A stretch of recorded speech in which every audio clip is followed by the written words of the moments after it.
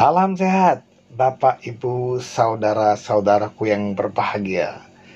Sebagai pejuang Dharma, tentu saja banyak pengalaman yang bisa kita ambil ketika kita menjadi pengabdi Dharma.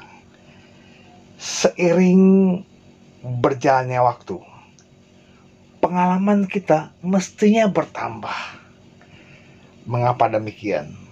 Karena banyaknya pengalaman dan tantangan hidup yang telah kita lewati. Bapak, Ibu, sobat muda yang berbahagia, kita bisa melihat keragaman para pendengar-pendengar Dharma, dari anak-anak, remaja, pemuda, dan umum. Tentu saja banyak para pemirsa muda. Mereka banyak pengetahuan dan maju dalam hal ilmu dan teknologi. Tetapi ada hal yang belum bisa mereka kendalikan. Apa itu? Emosi dan emosinya. Maka itu kita sebagai Dharma Duta mengambil sisi positif dari para remaja dan pemuda. Bapak, Ibu, sahabat muda yang berbahagia, juga kepada para Dharma Duta yang hari ini ikut mendengarkan uraian Dharma yang saya sampaikan. Kita sambil berbincang-bincang, sambil berdiskusi. Tentunya apabila Dharma Duta tidak mau mengikuti perkembangan ilmu pengetahuan dan teknologi, maka mereka akan tertinggal dari Dharma Duta lainnya. Ingat, para pemirsa, umat Buddha sekarang sudah bisa mencari Dharma, belajar Dharma dari konten-konten YouTube yang bisa mereka dengarkan. Para Dharma Duta yang berbahagia, apabila kita maju dalam penguasaan ilmu pengetahuan dan teknologi, ini merupakan bagian dari kualitas sumber daya manusia. Mengapa demikian? Karena kita harus mengikuti perkembangan zaman. Bila Dharma Duta tak mau mengikuti perubahan teknologi, maka kita akan tertinggal dan tergerus oleh perubahan zaman. Kepada para Dharma Duta, tentunya kita perlu banyak belajar. Selain kitab-kitab suci, pelaksanaan Dharma, juga kita harus mengimbangi dengan teknologi. Sesenior apapun Dharma Duta, bila dia tidak mau mengimbangi perkembangan ilmu pengetahuan dan teknologi, ia akan tergerus oleh zaman. Ingat, para pemirsa kita sudah banyak belajar. Bagaimana kita sebagai pembicaranya, kita sebagai pengurai Dharma, juga begitu, harus mau belajar melalui diskusi, Dharma kelas, atau menjumpai para biku-biku senior, atau para samanera, para biku, para pandita lainnya untuk berdiskusi Dharma. Bagaimana mungkin bila kita hari ini hanya menggunakan pembabaran Dharma secara konvensional? Bapak, Ibu, sobat muda, para Dharma Duta yang berbahagia, kita bayangkan jumlah pendengar yang bisa ikut menyimak paparan Dharma secara online akan jauh lebih besar dan jangkauannya lebih luas bila kita menggunakan teknologi. Sekarang sudah sering para Dharma Duta, para guru menyampaikan bimbingan Dharma secara online. Tentunya para siswa yang sekolah pun, sekolah dasar, sekolah menengah, sekolah atas, bahkan di perguruan tinggi pun menggunakan cara belajar secara online. Kita tidak bisa pungkiri, kemajuan ilmu pengetahuan dan teknologi sangat pesat.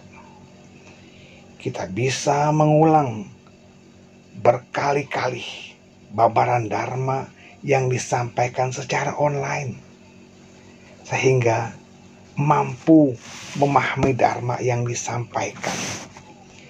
Kita bisa memilih waktu dan tempat untuk mendengarkan babaran Dharma secara online. Bisa pagi, siang, sore, atau malam. Pada saat jam istirahat, pada saat menunggu kendaraan, pada saat menunggu obat, dimanapun bisa. Atau mungkin waktu rekreasi, kita sedang santainya, kita bisa mendengarkan uraian Dharma yang telah disampaikannya secara berulang-ulang. Bapak, Ibu, Sobat Muda yang berbahagia, kita pun bisa memilih topik apa yang kita inginkan.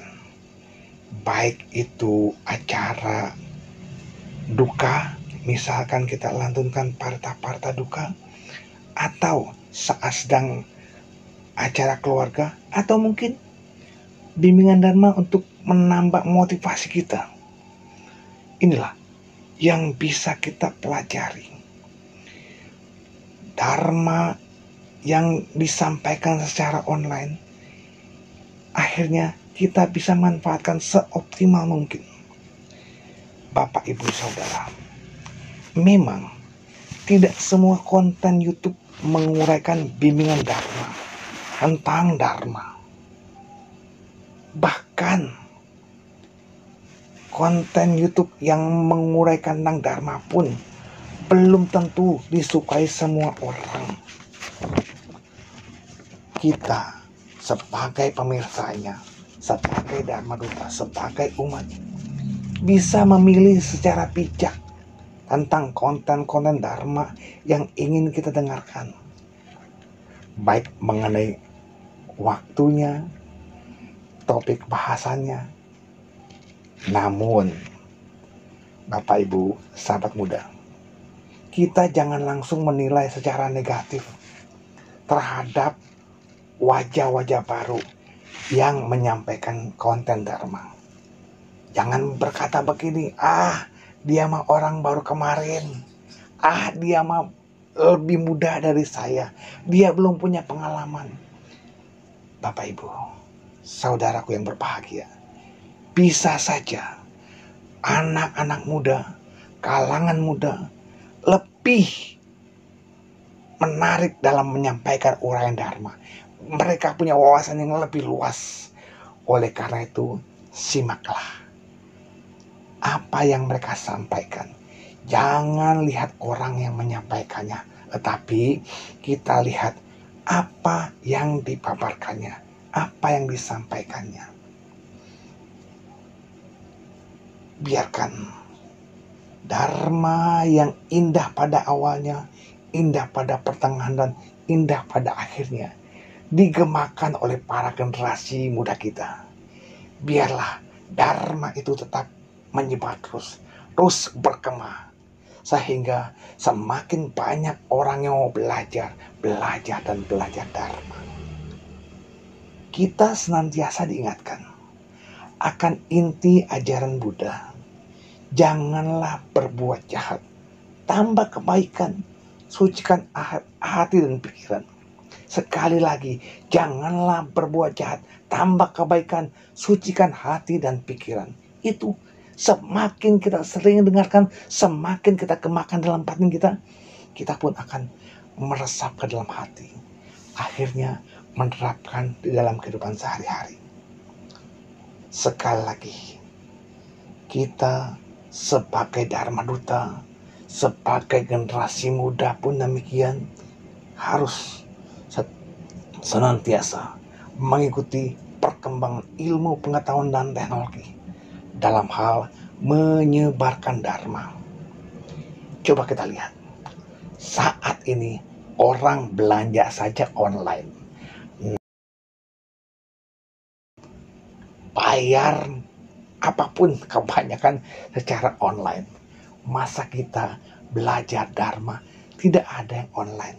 Manfaatkanlah kesempatan emas pada masa ini, kita bisa mendengarkan Dharma secara online. Manfaatkan. Kemudian kepada generasi penerus, para remaja, para pemuda, ayo tunjukkan sumbangsi kalian untuk turut membantu para senior kalian dalam menggunakan teknologi yang terbaru ini.